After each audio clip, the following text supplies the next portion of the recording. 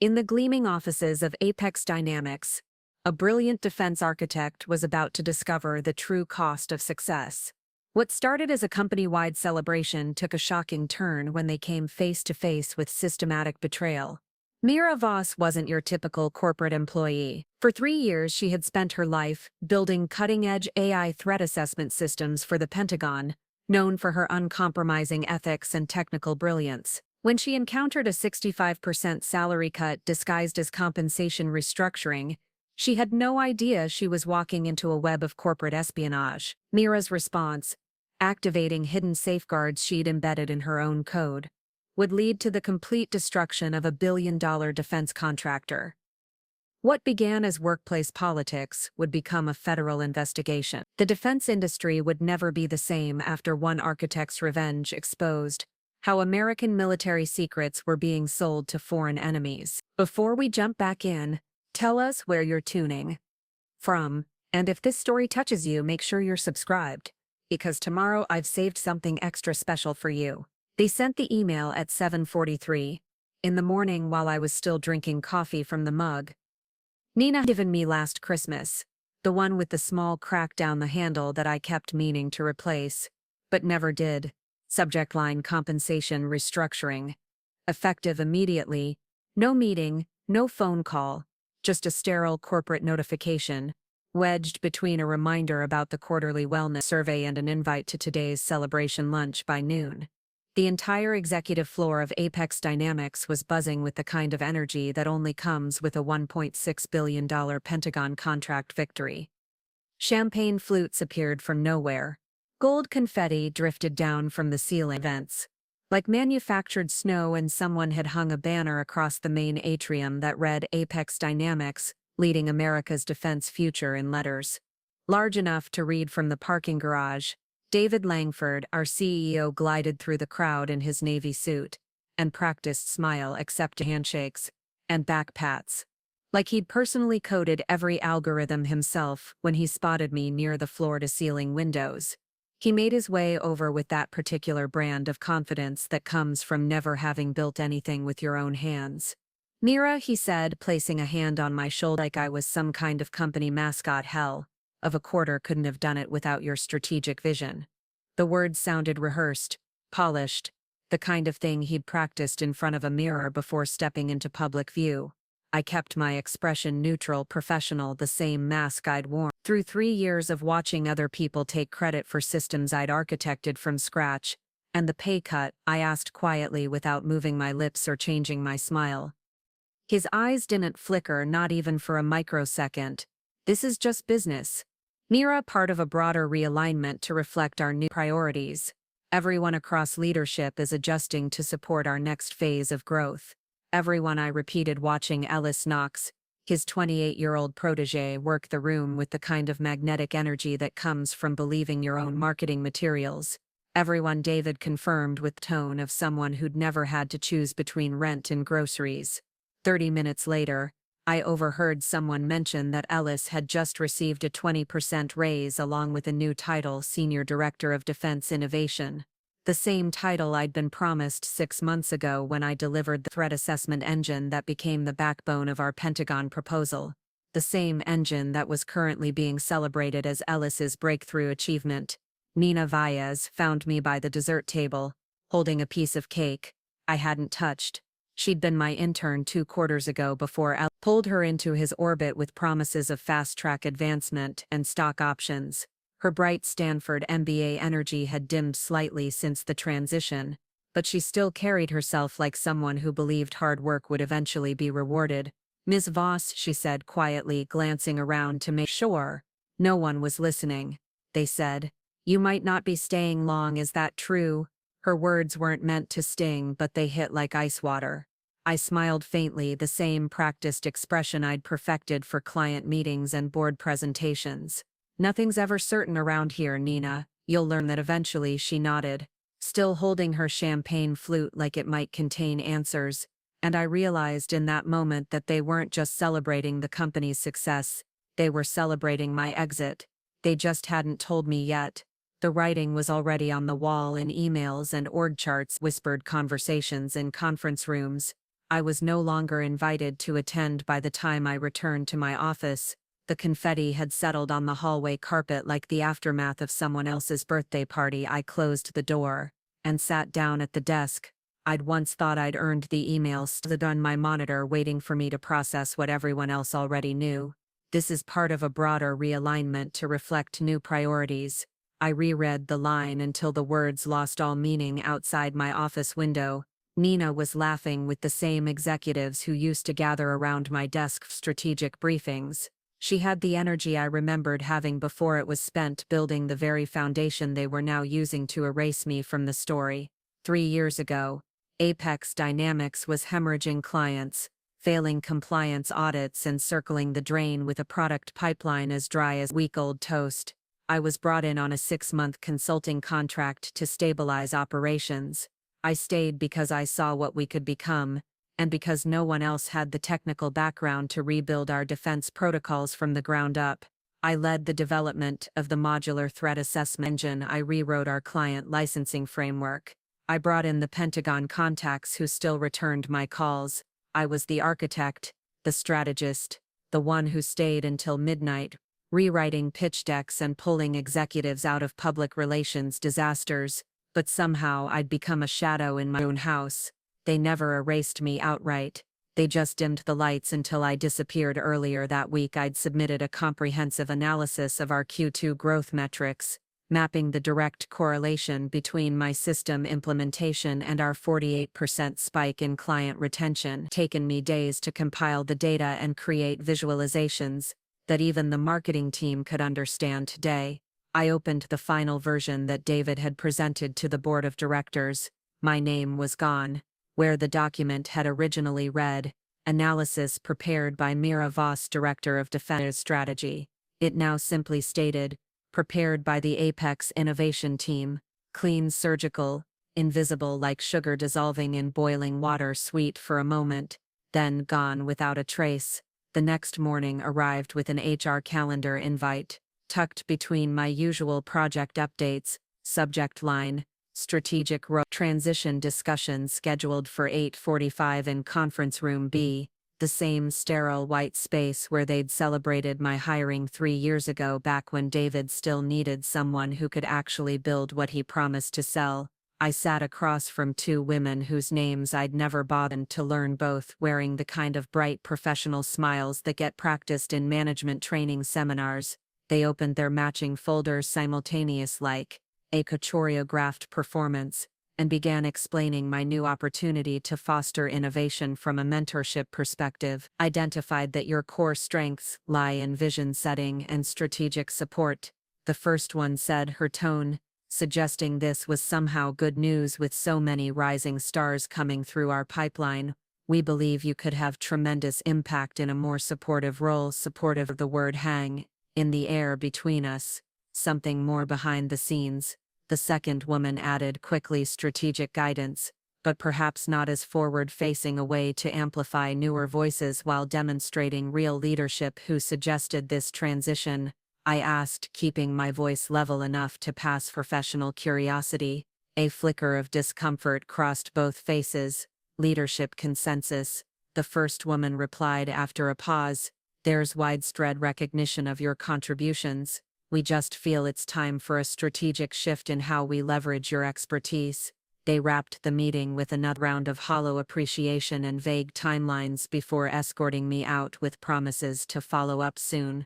As I walked back toward my office, I heard voices coming from the executive boardroom. Out of habit, I paused by the glass wall that wasn't tinted today. Inside, I could see the familiar lineup of vice presidents seated around the oak conference table, except there was one new face. Nina sat in the chair closest to the projection screen, the seat where I'd spent countless hours defending budget allocations and product roadmaps. She was nodding confidently as David gestured toward charts. Looks suspiciously similar to my Q2 analysis. That afternoon, I locked my office door and opened the secure folder I'd labeled Personal Archives. Buried deep in my encrypted partition, alongside old performance reviews and contract negotiations, was a document I hadn't touched in 2 years. Patriot Defense Systems Preliminary Contract Draft Version 4.7.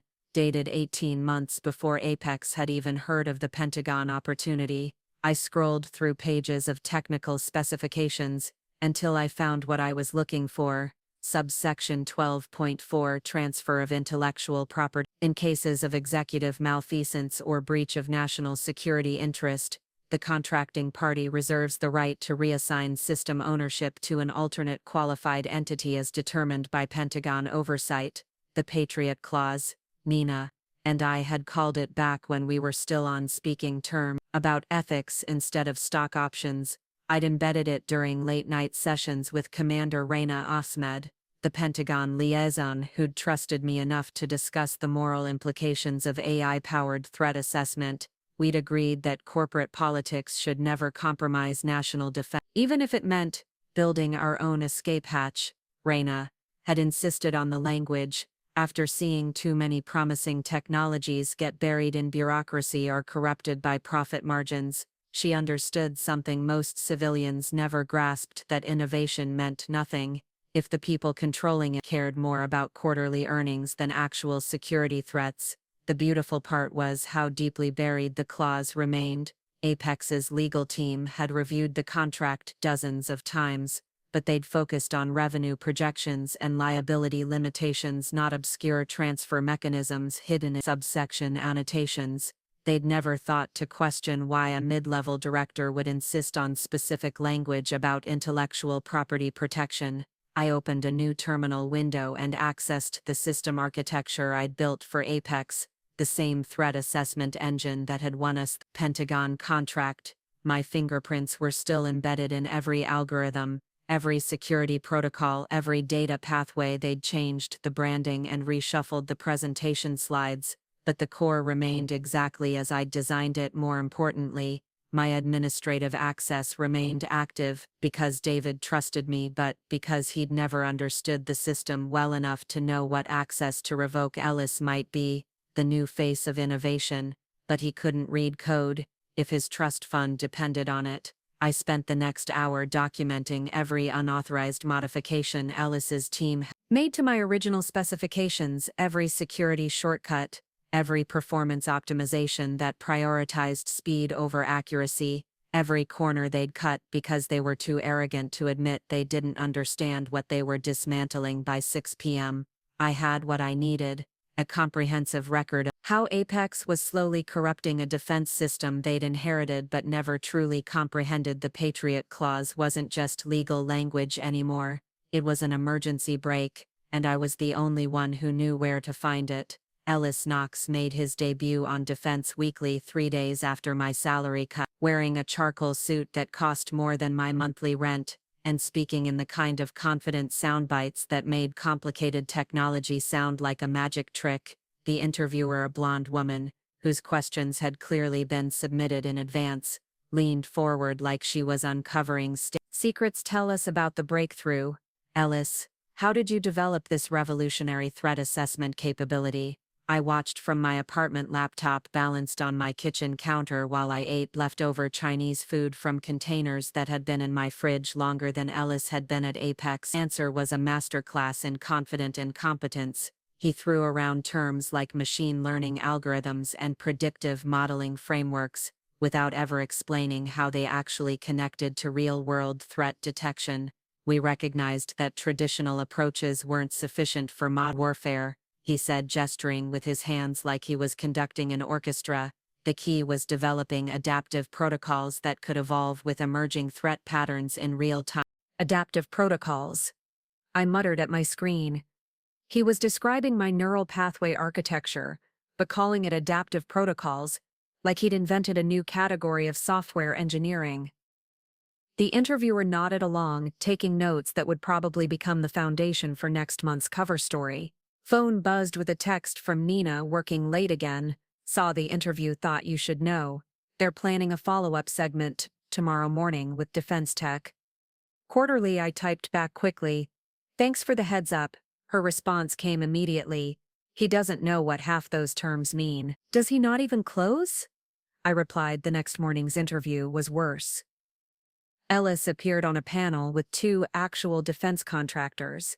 people who'd spent decades building systems for the Pentagon and DoD, when they asked specific questions about threat categorization algorithms and data validation protocols. He deflected with corporate speak about innovation ecosystems and synergistic solutions. One panelist, a gray-haired woman who'd been building defense software since before Ellis was born, pressed him on a technical detail.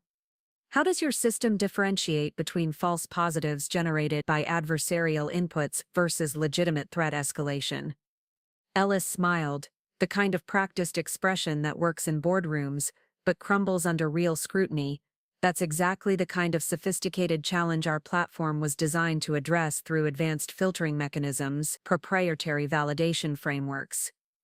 The woman raised an eyebrow. Proprietary validation frameworks. Could you elaborate on the specific methodologies? Well, Ellis began looking suddenly less comfortable. I think the important thing to understand is that our approach represents a fundamental shift in how we conceptualize threat assessment, rather than getting bogged down in legacy technical constraints. She looked like she wanted to laugh. He'd just used 300 words to avoid answering a basic question about data validation. Any competent engineer could have answered in 30 seconds. Nina messaged me again during lunch. Watched the morning panel disaster. He's scheduled for 2 more appearances this week, plus a keynote at the Defense Innovation Summit. Next month I opened my laptop and pulled up Apex's internal system logs. If Ellis was going to represent my work publicly, I wanted to see how badly his team was implementing it. What I found was worse than I'd expected. They'd disabled 3 critical security protocols. Because they were causing minor delays in processing time, they'd rerouted data validation through a faster but less accurate pathway. And they'd removed the ethical oversight module. Entirely because it was flagging too many edge cases for manual review. Every shortcut they'd taken made the system faster on paper, but fundamentally less reliable in practice. They were optimizing for demo performance instead of actual defense capability.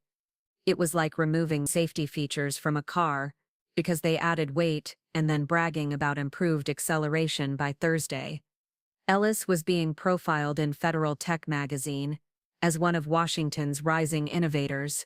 The article included a photo of him standing in front of server racks he'd probably never seen before the Pentagon contract, combined with what the reporter called his visionary approach to AI integration, had apparently marked him as someone to watch in the defense technology space.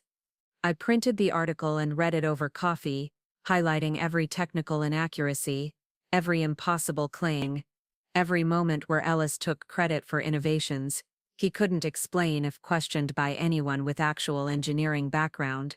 The piece concluded by suggesting that Ellis represented a new generation of defense contractors who understood both the technical and strategic dimensions of modern warfare. Nina appeared at my apartment that evening with a bottle of wine and a manila folder. She'd been working directly with Ellis for 2 weeks, and the cracks were starting to show. He asked me to brief him on threat categorization protocols. Yesterday, she said, settling into my kitchen chair, spent 40 minutes explaining concepts you taught me in an afternoon. He kept nodding like he understood, but his questions made it obvious. He was completely lost. She opened the folder and spread out printouts of internal communications. Apex executives discussing the upcoming Pentagon review process. They were worried not about the technology, but about whether Ellis could handle technical questions from Pentagon engineers without exposure. David's bringing in a consultant to coach him through the presentation, Nina said, pointing to an email thread. Someone who specializes in helping executives discuss technical concepts. They don't actually understand.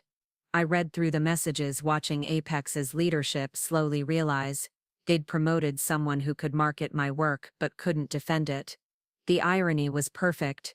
They'd erased me from the project, but they still needed someone who actually understood what I'd built tomorrow. Ellis gives his keynote at the Defense Summit, Nina said, finishing her wine. Thousands of defense contractors, Pentagon officials and congressional staffers all watching Apex's new visionary explain revolutionary technology. He can't actually comprehend. The first time in weeks. It's going to be educational. 3 a.m., is the perfect time for digital archaeology, when the corporate firewalls are running, automated maintenance cycles and security logs get purged for system optimization. I sat in my kitchen with cold coffee and 3 monitors arranged like mission control accessing Apex's network through back doors. I'd built into my original architecture not for sabotage, but for maintenance pathways that Ellis's team had never thought to close. The recall protocol had been sleeping in the system core for 18 months, buried so deep in the diagnostic subroutines that it looked like standard error checking to anyone who didn't understand the underlying architecture. I'd originally designed it as a failsafe in case the Pentagon needed to audit system performance without alerting corporate management. Now it would serve a different purpose entirely. Activating it required 3 separate authentication keys, scattered across different system layers like pieces of a puzzle that only made sense if you'd built the box yourself first. My personal admin credentials still active because David had never bothered to understand what access I actually needed. Second, a timestamp verification that proved the recall request came from the original architect. And third, a biometric scan of the specific keystroke patterns I'd embedded in the system's foundational code. The protocol initialized without triggering any security alerts, just another diagnostic, running in background processes, while Apex's executives slept soundly in their suburban homes, believing they'd successfully erased me from their story within minutes. I was receiving real-time feeds of every query, every data request, every modification attempt that touched my threat assessment engine. What I found made my coffee taste like ash. The system wasn't just being used for Pentagon threat analysis. Apex was selling access to private defense contractors, lobbying firms and what appeared to be foreign intelligence services operating through shell companies based in Cyprus and the Cayman Islands. My carefully crafted algorithm, designed to protect American interests, was being monetized, like a subscription service to anyone willing to pay David's consulting fees. Ellis's team had disabled the ethical oversight protocols I'd built to prevent exactly this kind of misuse. They'd rerouted the foreign access restrictions through a legal loophole that classified international sales as research partnerships, and they'd removed the audit trails that would have flagged unauthorized data harvesting attempts. I watched in real time as someone in Beijing accessed detailed vulnerability assessments of American military installations. Someone in Moscow downloaded predictive models for NATO response protocols, and someone in Tehran pulled comprehensive analysis of Middle Eastern threat scenarios that I'd developed specifically for Pentagon strategic planning. Every query that passed through my system was being logged, timestamped, and categorized by the recall protocol, building an evidence file that would make Commander Reyna's job very simple if I chose to give it to her. The question was whether I was ready to burn every bridge I'd spent 3 years building at Apex. My phone buzzed with a text from Nina. Couldn't sleep either, working late, I replied. Ellis scheduled another interview tomorrow. She wrote back, this time with military technology. Quarterly, they're calling him the future of defense innovation. I opened a new terminal window and accessed Apex's media relations folder, finding the interview preparation materials that Nina had obviously uploaded after hours. The briefing notes were hilarious. A 10-page document explaining complex technical concepts in language simple enough for Ellis to memorize without understanding. The document included a section titled Potential Difficult Questions with scripted responses that made my engineering background sound like corporate team-building exercises. If they ask about algorithmic bias, just emphasize our commitment to iterative improvement and stakeholder feedback. If they ask about false positive rate, redirect to our comprehensive testing protocols and quality assurance frameworks. Quality assurance frameworks, I muttered. The same system that had been selling American military intelligence to foreign bidders for the past 6 months. Nina sent another message. Found something you need to see. A few minutes later, she appeared at my apartment door carrying a laptop bag, and the kind of expression that comes from realizing your dream job might be built on quicksand. She spread printouts across my kitchen table, financial documents that showed Apex's real revenue streams, They're not making money from the Pentagon contract, she said, pointing to columns of numbers that didn't add up. The 1.6 billion gets paid out over 5 years, but they've been booking profits immediately by pre-selling system access to third-party clients. I studied the documents, recognizing names from my recall protocol logs, the same foreign entities that had been accessing classified threat assessments were listed as Apex strategic partners, contributing millions in upfront licensing fees for technology. They were already stealing David's, been using your system as collateral. Nina continued, her voice getting quieter, borrowing against future Pentagon payments to fund current operations, but the borrowed money is coming from people who want access to American defense intelligence. The recall protocol had been documenting the evidence for months without anyone at Apex realizing their own system was betraying them. Every unauthorized access, every foreign data request, every ethical violation was being logged by the same diagnostic subroutines that Ellis bragged about in his television interviews. Nina opened her laptop and showed me Apex's internal communication logs, messages between David and his legal team discussing how to structure the foreign partnerships to avoid triggering Pentagon security reviews. They'd been planning this since before I was removed from the project, using my departure as cover for operations. They knew I would never have approved. The most damning evidence was a recorded conference call between David and someone identified only as Client 7 discussing real-time access to Pentagon strategic assessments. The audio quality was poor, but David's voice was unmistakable as he promised weekly intelligence updates, covering everything from troop movements to classified weapon systems analysis. This goes way beyond corporate politics, Nina said, closing her laptop. They're selling state secrets using technology you built to protect those same secrets. I spent the rest of the night reviewing the recall protocol logs, building a comprehensive timeline of breach, every unauthorized access, every foreign entity that had purchased intelligence through Apex's illegal partnerships. By dawn, I had a federal case worth of evidence neatly organized and ready for someone with the authority to act on it. The question wasn't whether Apex deserved to lose the Pentagon contract. They'd already violated it in ways that bordered on treason. The question was whether I was ready to activate the Patriot Clause, knowing it would destroy everyone still inside the building, including Nina, who'd risked her career to show me the truth. Commander Reyna had given me her secure contact information 18 months ago, with instructions to use it only if national security was at stake. Sitting in my kitchen watching the sunrise, paint my monitors gold. I realized that moment had arrived, but calling Reyna meant crossing a line. Uncross once the Pentagon started investigating Apex, everyone would burn, including the innocent people who'd believed they were working for a legitimate defense contractor. I encrypted the evidence files and stored them in 3 separate secure locations. Then I sent Reyna a message using the emergency protocol we'd established during contract development. Need to discuss system anomalies at your earliest convenience. Priority Alpha. Her response came back within minutes. 1400 hours. Usual place, come alone.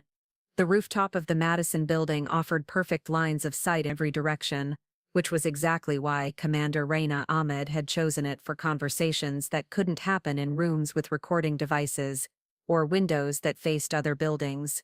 I arrived 10 minutes early out of habit and found her already positioned near the eastern ledge, wearing civilian clothes that somehow still looked military. She acknowledged my approach with a subtle nod before speaking. We have 20 minutes before my next appointment. What kind of anomalies are we discussing? I pulled out a tablet loaded with sanitized versions of the recall protocol logs, careful to avoid any language that might trigger classification protocols. The system we built together has been experiencing unauthorized access. Attempts from entities that shouldn't have knowledge of its existence. Reyna studied the data with the kind of focused attention that comes from years of evaluating intelligence reports. Her expression remained neutral, but I caught the slight tightening around her. Preparing and narrating this story took us a lot of time, so if you are enjoying it, subscribe to our channel. It means a lot to us. Now back to the story. As when she reached the section documenting foreign IP addresses and data extraction patterns. These timestamps suggest ongoing access, rather than penetration attempts. She said without looking up from the screen, continuous access. I confirmed for approximately 6 months with escalating frequency and scope. She handed the tablet back, keeping her voice carefully modulated. The oversight protocols we discussed during development were those implemented as specified. They were disabled approximately 4 months ago along with several other safeguards that prevented exactly this type of misuse. Raina walked to the opposite edge of the rooftop, giving herself time to process implications that could end careers and potentially compromise national security. When she returned, her expression had shifted from concern to something approaching controlled anger. The individuals responsible for these modifications, do they understand the scope of what they've compromised? I don't believe they understand the technical implications, but the financial arrangements suggest deliberate intent to monetize classified intelligence. She was quiet for nearly a minute, watching traffic patterns 12 stories below us when military officers spend that long thinking. It usually means they're calculating casualties or considering options that all involve significant risk. The transfer protocols we embedded in the original contract, she said. Finally, are those still viable, legally? Yes. Technically, yes. Practically, it depends on whether you're prepared to trigger a Pentagon investigation that will examine every aspect of Apex's operations for the past 3 years, which would include every executive, every employee, every contractor and every client relationship. Raina's voice carried the weight of someone who'd seen too many good people destroyed by circumstances beyond their control. It would also include the whistleblower, she added, looking directly at me for the first time since I'd arrived. I'd expected that possibility, but hearing it, stated clearly, made the decision feel heavier than abstract planning. She was asking whether I was prepared to sacrifice my career, my reputation, and possibly my freedom to prevent foreign intelligence services from accessing American military secrets through technology I'd built to protect those same secrets. The evidence package I've compiled includes comprehensive documentation of every breach, every unauthorized access, and every financial transaction that facilitated the compromise. Raina nodded slowly.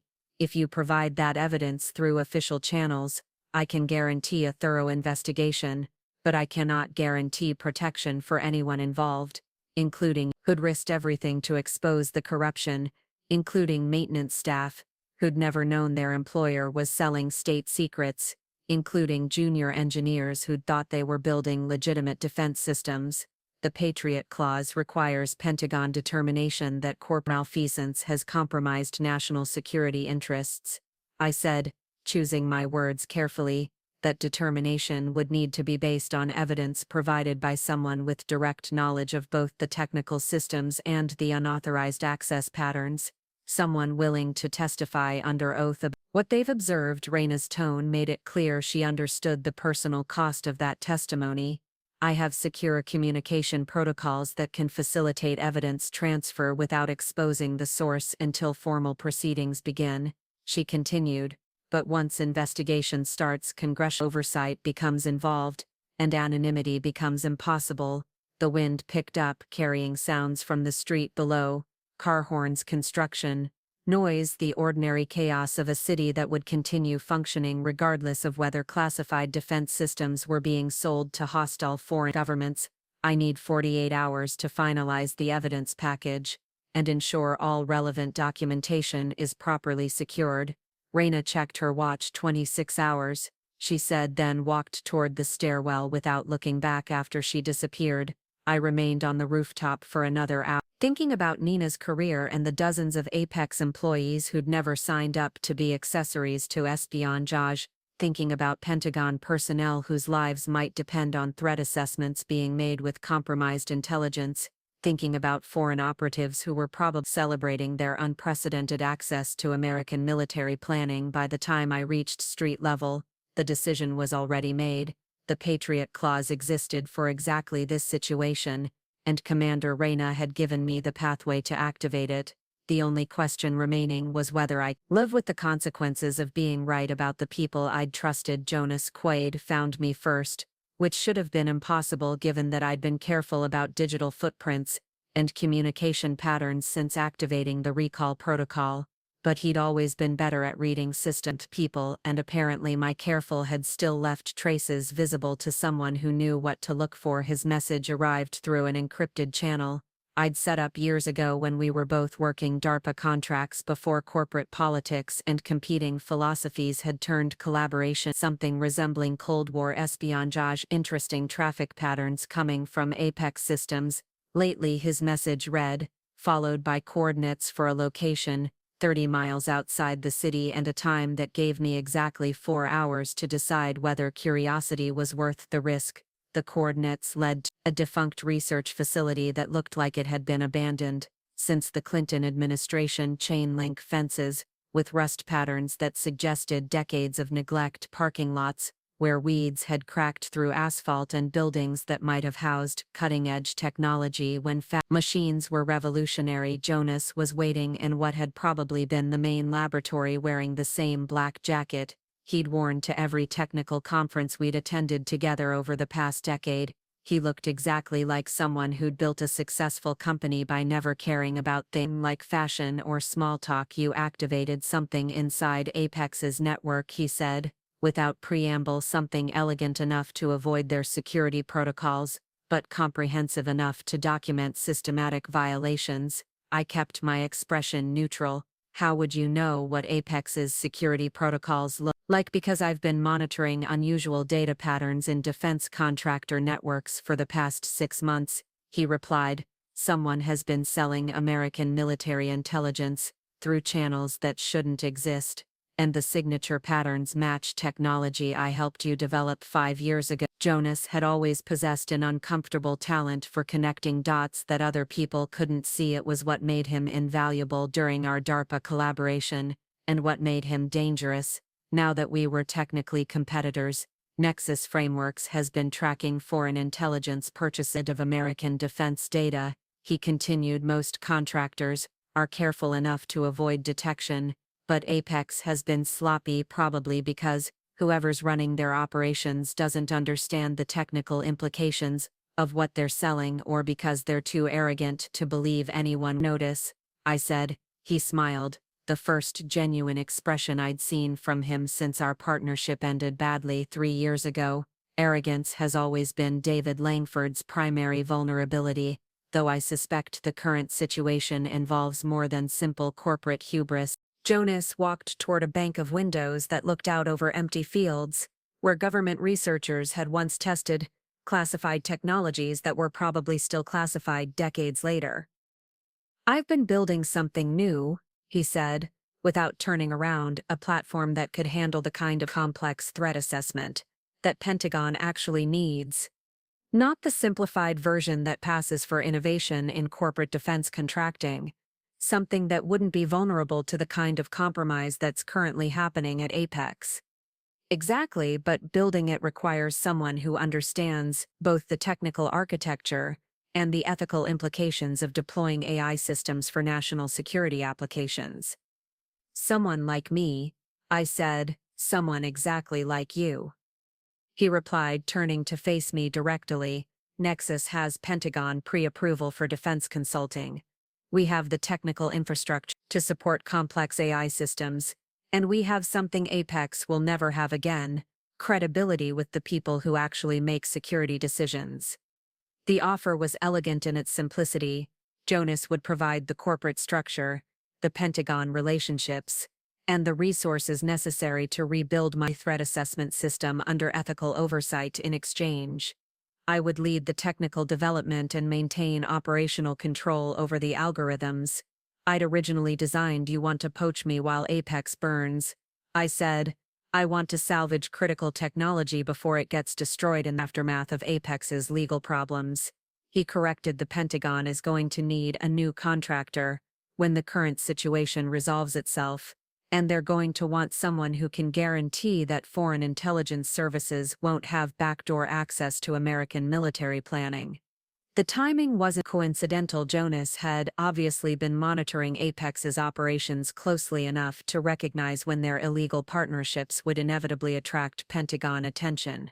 He was offering me a lifeline, but he was also positioning Nexus to benefit from Apex's collapse. "What makes you think Pentagon will transfer the contract?" I asked. "Because you're going to give them evidence that Apex has been compromising national security interests. And because you embedded transfer protocols in the original agreement that allow Pentagon to reassign system ownership in cases of executive malfeasance." Had obviously done his homework, which meant he'd either been watching my work more closely than I'd realized, or he had sources inside Pentagon oversight that I didn't know about. "The recall protocol you activated is documenting everything Apex has done wrong," he continued. "But evidence only matters if someone with credibility presents it to the right people at the right time. Someone like Commander Reina Ahmed." "Exactly," Jonas said. "And someone like you needs to be ready with a legitimate alternative when Pentagon starts looking for a new contractor." I walked to the window he'd been facing and stared out at the empty fields, thinking about Nina, who was still inside Apex, believing she could build a career by working within a system that was designed to exploit her idealism, thinking about the dozens of engineers and analysts who'd joined Apex because they wanted to serve their country, not because they wanted to facilitate espionage. "Your offer assumes I'm ready to abandon everyone still inside Apex. My offer assumes you're smart enough to recognize that some situations can't be fixed from the inside," Jonas replied. "There comes a point where loyalty becomes complicity, and pretending you can save everyone just ensures that nobody gets saved."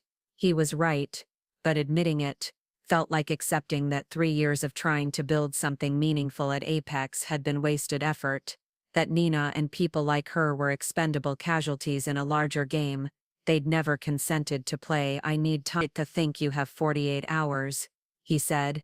"Then Pentagon oversight starts asking questions that will make thinking irrelevant for everyone involved."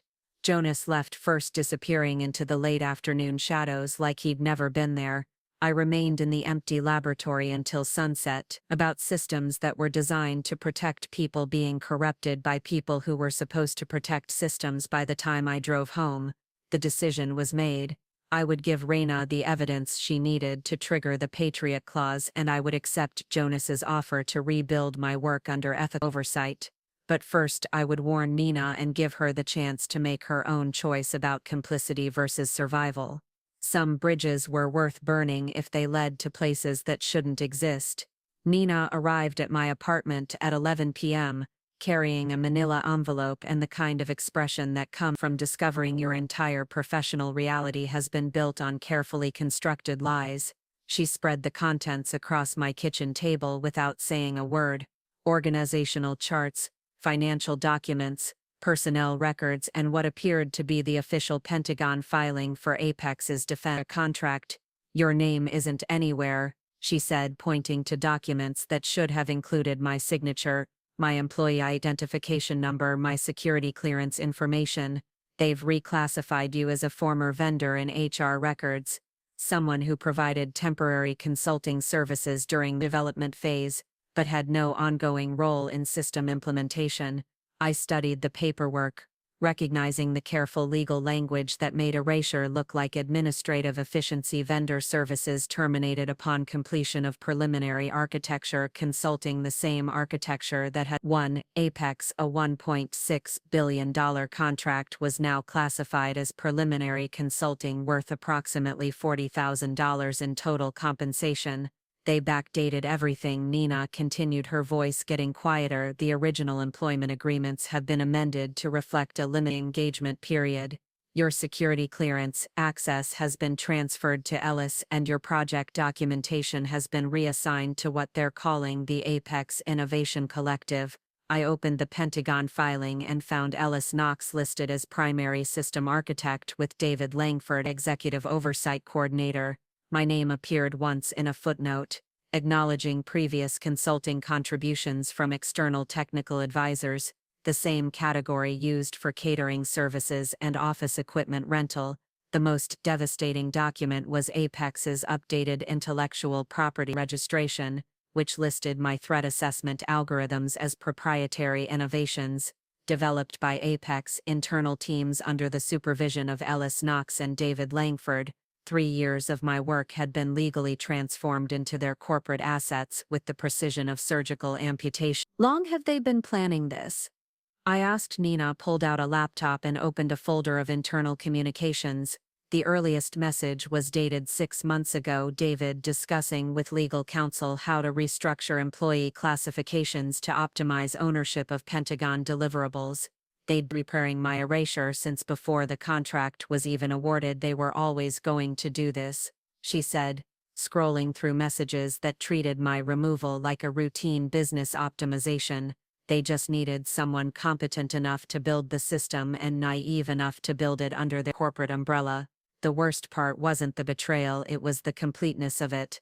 They hadn't just fired me or demoted me, they'd rewritten history to make it appear I'd never been essential to begin with. Future employees would review these records and see Ellis as the visionary who'd built Apex's offense capabilities while I became a footnote, someone who'd provided minor consulting during the early stages. I walked to my bedroom and opened the laptop I'd been using for the recall protocol logs. Apex's internal network still recognized my administrative credentials because Ellis's team never understood what access to revoke, but my employee profile now showed expired permissions for someone who'd left the company months ago. Sitting in the dark staring at screens that proved my own invisibility, I started typing a letter that would never be sent.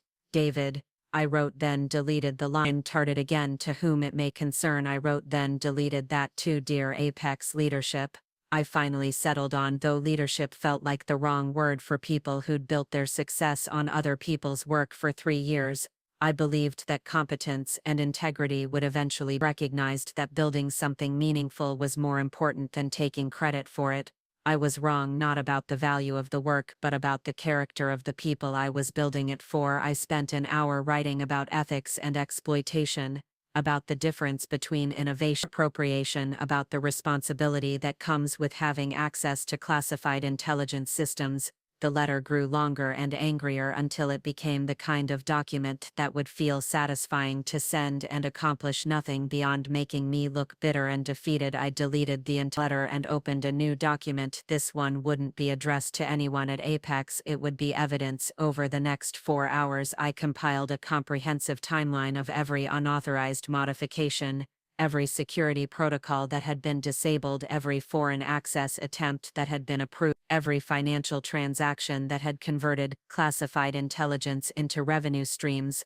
The recall protocol had been documenting Apex's violations for months, but the evidence needed human context explanations that would help Pentagon investigators understand the implications of technical data. By dawn I had created what amounted to a federal case against Apex Dynamics, comprehensive enough to trigger congressional oversight and detailed enough to guarantee criminal prosecution for everyone involved, including Nina, who'd risked her career to provide the final pieces of documentation. Encrypted the files using protocols that Commander Reyna had specified during our original contract development, then copied them to secure storage locations that would remain accessible even if Apex discovered my continued access to their network.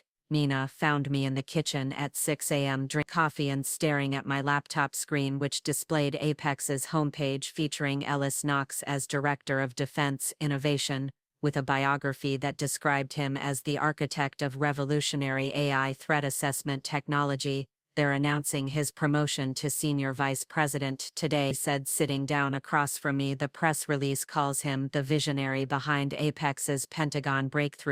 I showed her the evidence package. I'd compiled nearly 200 pages of technical documentation, financial records, and internal communications that proved systematic violation of defense contracting regulations. This will destroy everyone, Nina said, after reading through the summary sections, including people who never knew what David was doing. Including you, I replied. She nodded slowly, but kept reading through the evidence like someone trying to memorize details before a critical exam. When she finished, she closed the laptop and looked directly at me for the first time since arriving. I've been accepted to a graduate program at MIT, she said quietly. Full scholarship starting this fall. I was going to tell Ellis tomorrow, but after seeing this, I think I should probably accelerate my departure timeline. You built something important here, Nina. Even if they stole credit for it, you understand how these systems work and you have the ethical framework to build them correctly someday. Someday, she repeated like the word tasted uncertain. The people who matter in this industry will eventually recognize competence over connections. I said, though I wasn't sure I believed it anymore, but you have to be careful about who you choose to work for next time. Nina gathered the documents she'd brought and packed them back into the manila envelope before leaving. She paused at my apartment door. When you send that evidence package to Pentagon oversight, she said, will you warn me first, give you 48 hours to be somewhere else? When it hits the fan, she smiled for the first time since I'd known her. 24 hours, she said. That's all I need to disappear completely. After she left, I sent Commander Reyna a message, using our emergency protocol package, ready for delivery. Priority Alpha require secure transfer protocols. Her response came back within minutes. 1600 hours, Federal Plaza East entrance. Come alone. Bring everything. I spent the rest of the morning reviewing the evidence, one final time, making sure every document was properly authenticated. Timeline was accurate. Every technical explanation was clear enough for people who weren't engineers to understand the implications. By noon, I had 47 separate files, documenting how Apex Dynamics had systematically violated defense contracting regulations, compromised national security interests, and sold classified intelligence to foreign entities, while publicly claiming to serve American interests. The Patriot Clause wasn't just legal language anymore.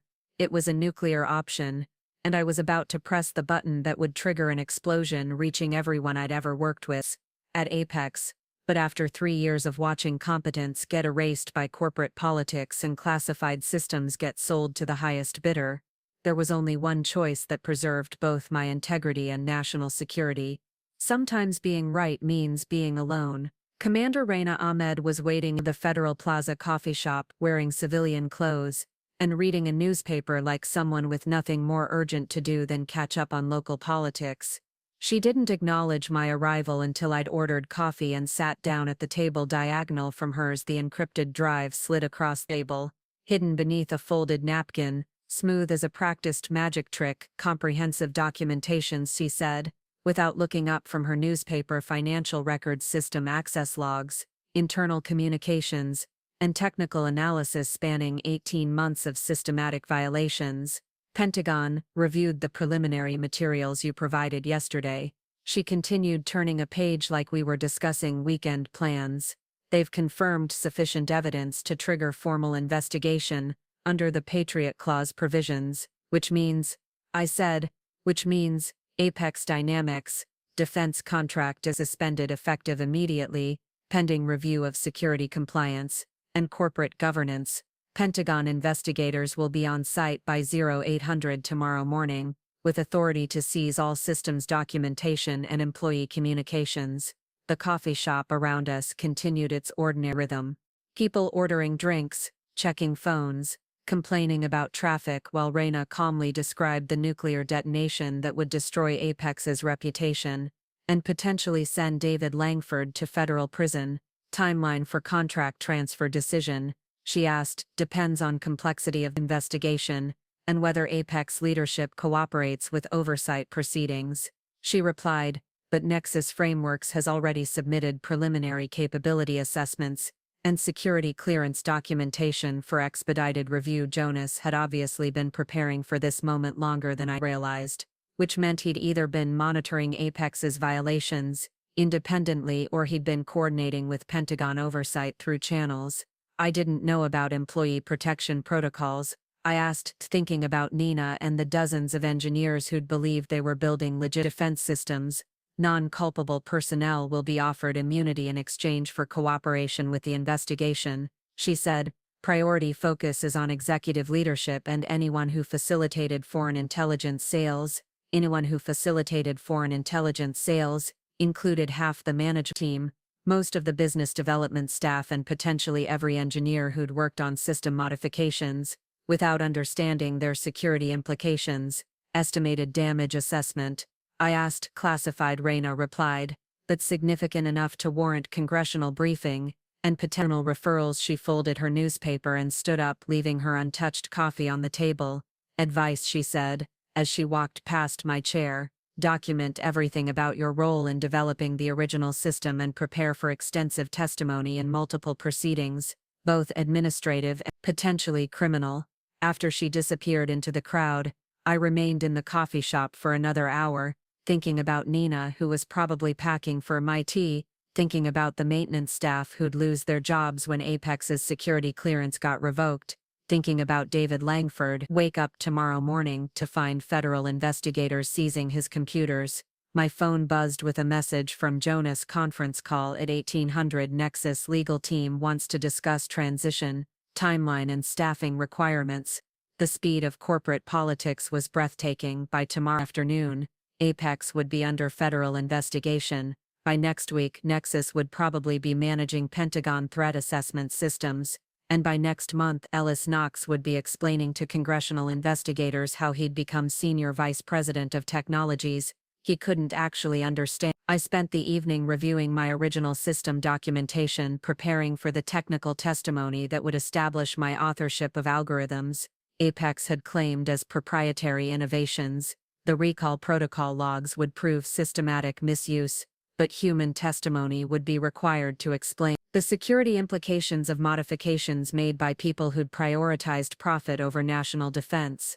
The Nexus conference call included more lawyers than engineers, which suggested Jonas understood the legal complexity of acquiring government contracts during active federal investigation. Questions were precise, focused on technical capabilities, rather than corporate drama. Can you guarantee system integrity during transition period? He asked. System architecture remains intact. I replied. Foreign access protocols can be disabled immediately and security oversight can be restored within 48 hours. Intellectual property ownership, he asked. Original algorithms were developed under my individual security clearance. Apex's claims of corporate ownership are based on employment agreements that have been legally invalidated by breach of contract provisions. Patent application filed under my name with Pentagon co-ownership. Apex never had legitimate claim to core innovations, only to implementation consulting services. The call lasted 2 hours, covering everything from staffing requirements to facility security protocols. By the end, Jonas had committed to maintain employment for any Apex personnel who passed enhanced background screening, and agreed to ethical oversight protocol. Tomorrow would begin the systematic destruction of Apex Dynamics and the potential rebirth of my work under legitimate ethical oversight. But tonight I sat in my apartment, surrounded by evidence files and transition documents, thinking about the difference between justice and revenge, preventing foreign intelligence services from accessing American military secrets. Revenge meant watching David Langford explain to federal investigators how he'd built a company by stealing other people's work. The beautiful thing about the Patriot Clause was that it delivered justice without requiring revenge. The system would survive, the people who'd corrupted it would be held accountable, and national security would be protected. But the cost would be measured in careers, destroyed lives, disrupted and institutions that would take years to rebuild. I opened my laptop and sent Nina a final message. My Tate, sounds perfect timing. Couldn't be better. Her response came back immediately. Already packed. Thanks for the heads up. By midnight, Apex Dynamics was probably still celebrating Ellis's promotion, unaware that tomorrow would bring federal investigators congressional oversight and systematic dismantling of everything they'd built on stolen foundations. The Patriot Clause had been dormant for 18 months, waiting for exactly this moment when corporate corruption threatened national security interests. Now it was active and unstoppable, like a precision weapon designed to destroy only what deserved destruction, while preserving everything worth saving. Sometimes being right means being patient. The Defense Innovation Summit attracted every major contractor, Pentagon liaison, and congressional staffer who cared about emerging technology trends. This year's keynote lineup included executives from Raytheon General Dynamics and a small firm called Nexus Frameworks, that most attendees had never heard of until their surprise announcement. 3 weeks earlier, I stood backstage at the Washington Convention Center, wearing the same navy suit I'd worn to present Apex's earnings back when I'd believed competence would eventually be recognized, watching Jonas Quaid deliver opening remarks about the future of ethical AI development in national security applications. "Ladies and gentlemen," he said with the kind of quiet confidence that comes from building systems instead of just selling them, "we're here today to discuss technology that protects American interests without compromising American values." The audience of defense contractors and Pentagon officials listened politely to what sounded like standard corporate messaging about innovation and integrity, heard similar presentations from dozens of companies promising revolutionary capabilities and ethical oversight. The difference was that Nexus had actually built what they were claiming today. "We're announcing the Vanta platform," Jonas continued, "a comprehensive threat assessment system designed from the ground up with transparency, accountability, and constitutional oversight as core architectural features." Vanta had been my suggestion during the transition planning sessions, the name that meant both forward-thinking and advantage. Depending on how you interpreted it, the platform represented 8 months of rebuilding my original algorithms under ethical protocols that Apex had systematically disabled. The system architecture integrates advanced machine learning with human oversight protocols, ensuring that AI recommendations are always subject to human judgment and constitutional limitation, Jonas said, clicking to a slide that showed technical specifications. Most attendees wouldn't understand what made Vanta different. Wasn't the underlying technology, which remained fundamentally similar to what I'd built for Apex, but the governance framework that prevented corporate executives from selling classified intelligence to foreign bidders. The system could only be accessed through Pentagon-approved channels with complete audit trails and congressional oversight. But innovation means nothing without implementation.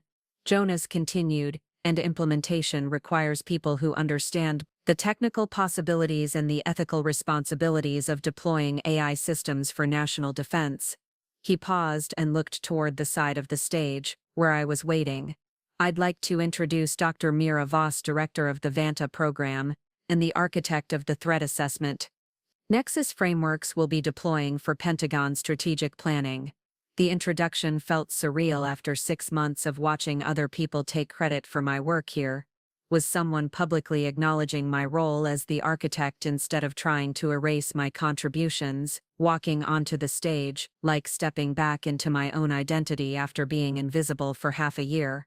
"Thank you, Jonas," I said, taking the podium and looking out at an audience that included several Pentagon officials who'd worked with me during the original Apex contract development, and probably wondered what had happened to the person who'd actually built their threat assessment systems.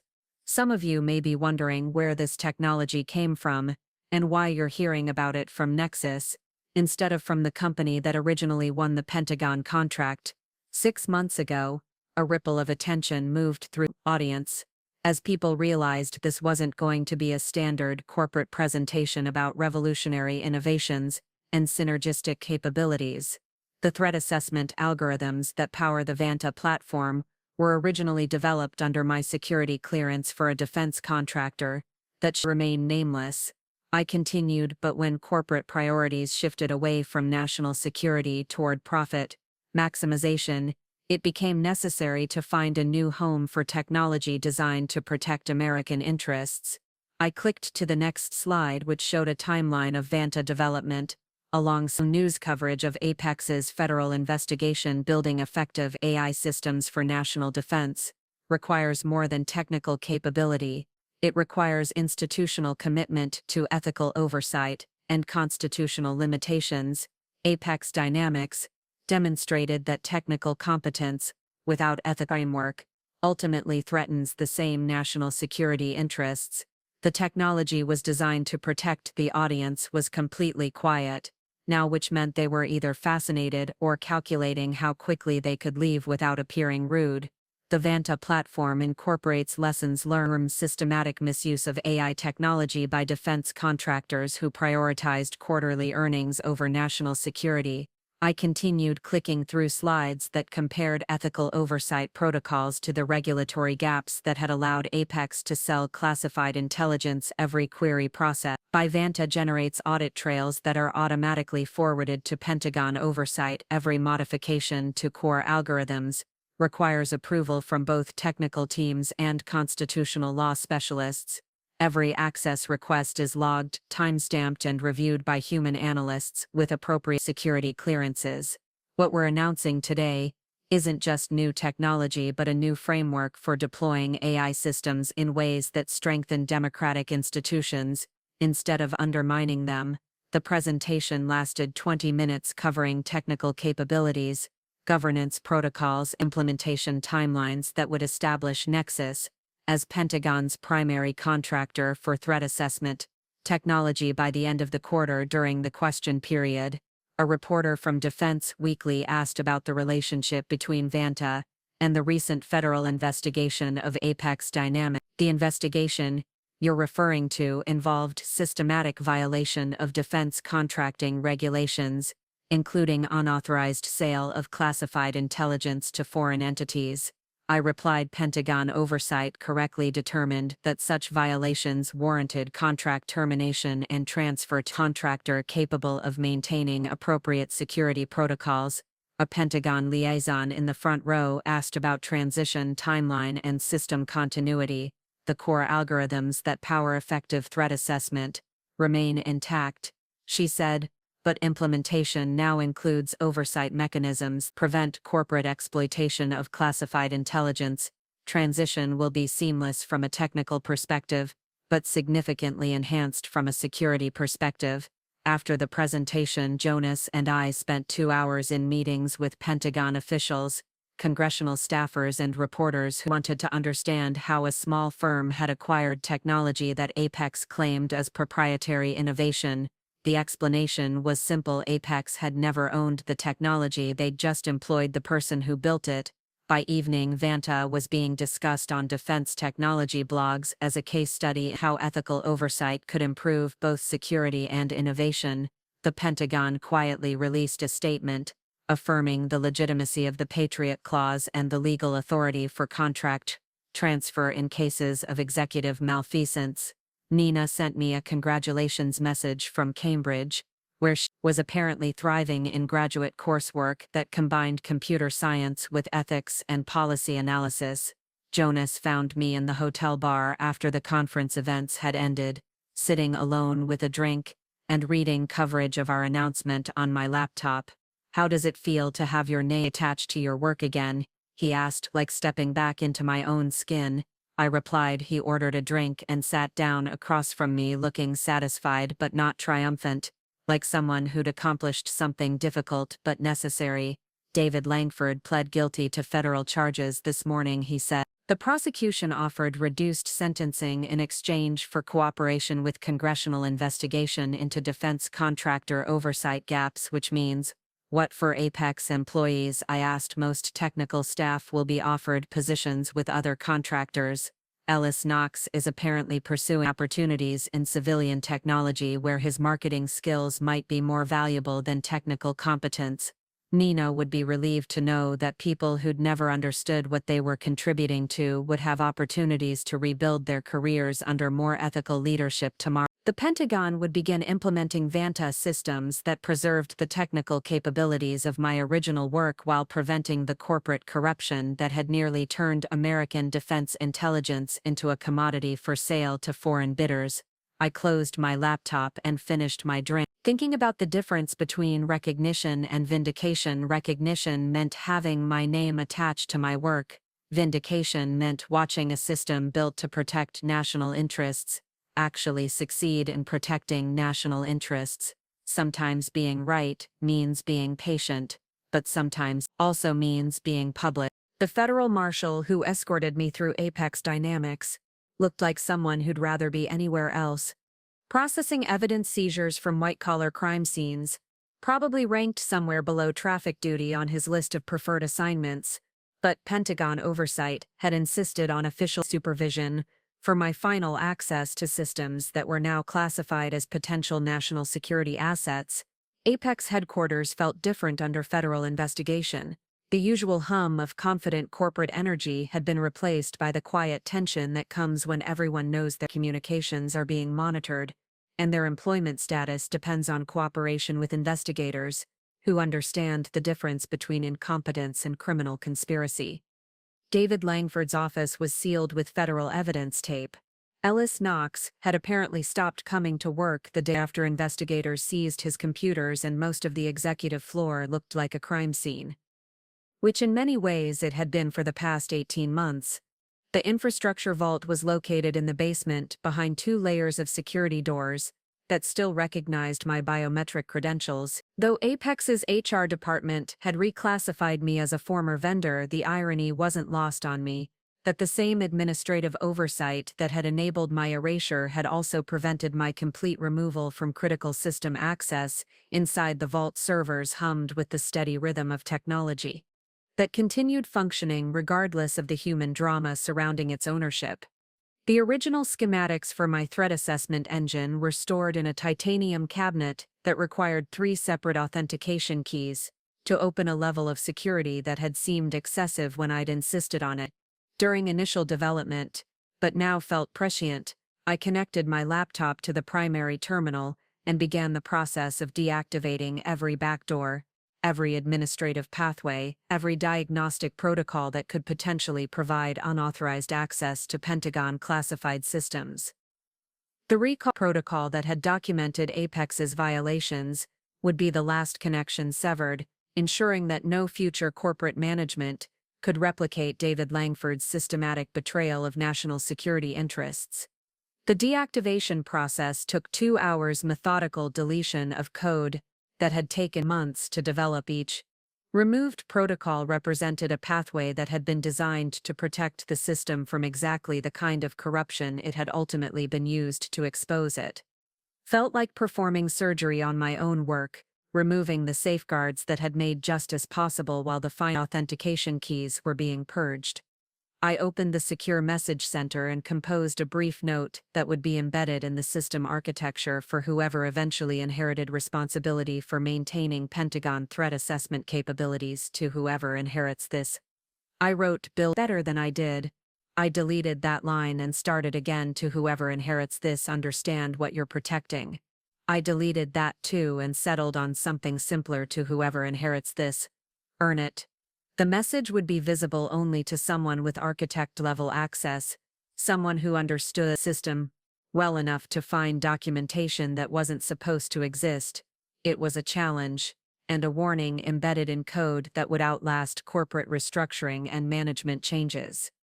The federal marshal checked his watch and informed me that building access would terminate in 30 minutes, which gave me enough time to walk through offices where I'd spent 3 years building technology that had ultimately required federal intervention to prevent its misuse. The 12th floor, where Apex executives had celebrated their Pentagon contract, still smelled faintly of champagne and ambition, but the celebration banners had been removed along with most of the furniture that wasn't being held as evidence. The conference room where David had announced my salary cut was empty, except for a single table and chairs that looked like they were waiting for depositions. Nina Valles was waiting by the elevator bank wearing a gray coat and the kind of expression that comes from watching your former employer become a federal case study. She'd apparently come to the building for the same reason I had to retrieve personal items and say goodbye to a place that had taught her important lesson about the difference between loyalty and complicity. "You came back," she said, as the elevator doors opened. "One last time," I replied. She pushed the button for the parking garage, and we rode down in silence. That felt heavier than conversation. When the doors opened, she didn't immediately step out. "Been accepted to a PhD program," she said, studying AI ethics and policy implementation. "That sounds perfect," I said. She smiled, the first genuinely happy expression I'd seen from her since the investigation began. "I want to build systems that can't be corrupted by the people who control them," she said. "Learn from someone better than me," I replied. She looked confused for a moment, then understanding crossed her face. "You built something that exposed its own corruption, that prevented its own misuse. You built in the solution to problems you couldn't have predicted. I'd never thought about the recall protocol and Patriot clause as predictive engineering. But Nina was right. The safeguards had worked exactly as designed, protecting national security interests, even when corporate management had abandoned all pretense of ethical oversight. Outside the building, federal investigators were loading boxes of evidence into unmarked vans, while former Apex employees walked past carrying personal belongings and resume folders. The scene looked like the aftermath of corporate disaster, which in many ways it was, except that the disaster had been necessary to prevent larger catastrophes involving foreign intelligence services and compromised defense systems. Nina disappeared into the parking garage while I stood on the sidewalk looking up at the Apex Dynamics sign that would probably be removed by the end of the week, replaced eventually by Nexus frameworks, logos and security protocols that would make systematic corruption significantly more difficult.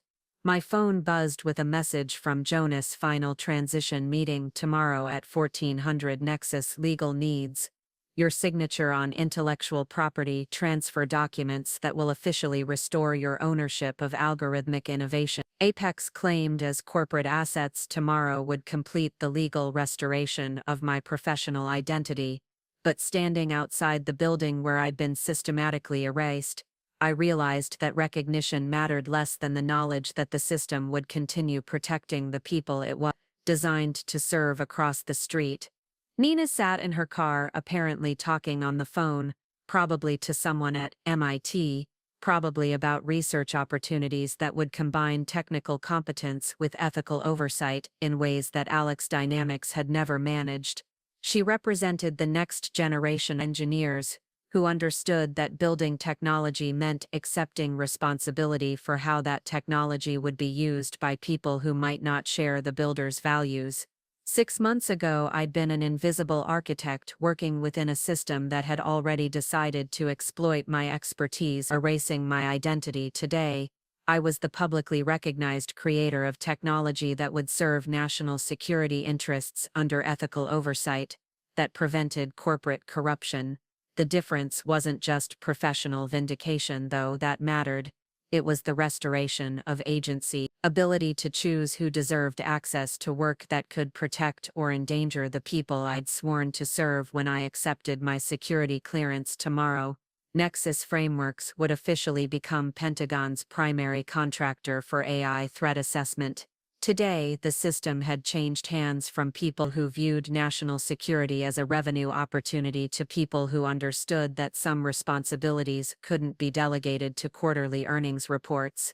Nina drove past without seeing me, probably already thinking about Cambridge and research projects that would matter more than core politics. I watched her car disappear into traffic, carrying someone who'd learned the same lessons I had about the difference between building something important and working for people who deserved your best effort.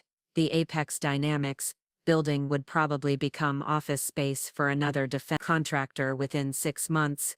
The federal investigation would conclude with criminal convictions for systematic violation of national security regulations, and Pentagon oversight would implement new protocols designed to prevent future corporate exploitation of classified intelligence systems, but threat assessment algorithms would continue running under ethical oversight, protecting American interests without compromising American values.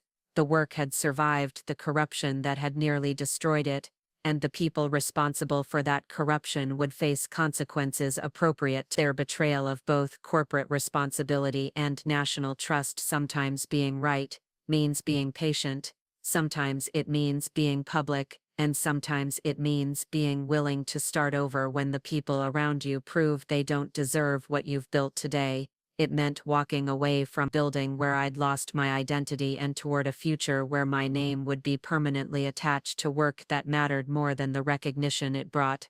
The safe room had been my code, the recall protocol had been my weapon, and the Patriot clause had been my victory.